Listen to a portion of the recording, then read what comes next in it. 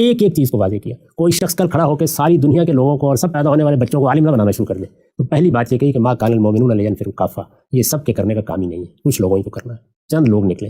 یہ بتا دیا جو لوگ نکلیں وہ اندھے راہ بتانے والے نہ بنے، ادھر ادھر سے ایک کوئی ترجمہ پڑھ لیا، کوئی یہ کر لیا، اس کے بعد کہ میں بھی دنیا کو حق بتانے کے لیے نکل کھڑا ہوں. لے یتفقہوا فی الدین، دین کی گہری بصیرت حاصل کرے.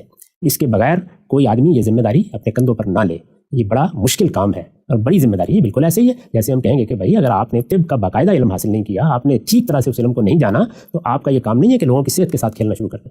اسی کو سیدنا مسیح نے اس طرح بتایا تھا کہ اندھے راہ بتانے والے نہ بنو. تو یہ بینائی کس طرح حاصل ہوگی؟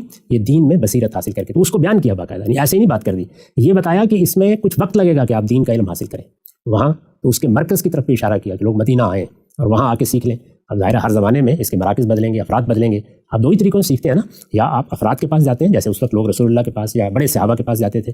آج کے زمانے میں اس کے لیے مدارس ہوں گے، تعلیم گاہیں ہوں گی، بڑے شخصیتیں ہوں گی جن سے آپ دین سیکھتے ہیں. تو یہ سیکھیں اور دائرہ عمل بتا دیا کہ تمہاری اپنی قوم ہے، کام بتا دیا وہ آخرت کے بارے میں خبردار کرنا ہے. باقی ساری تعلیم ساری تربیت اس سے نکلے گی، ہدف اس کو بننا ہے. نصب العین بتا دیا کہ تمہیں کسی اور چیز کو ہدف بنا کے جدوجہد نہیں کرنی، بلکہ اسی چیز کو اپنا نصب العین بنانا ہے. لعلہم یحذرون، یہ خدا کے بندے ہیں، یہ قیامت میں گرفت سے بچ جائیں.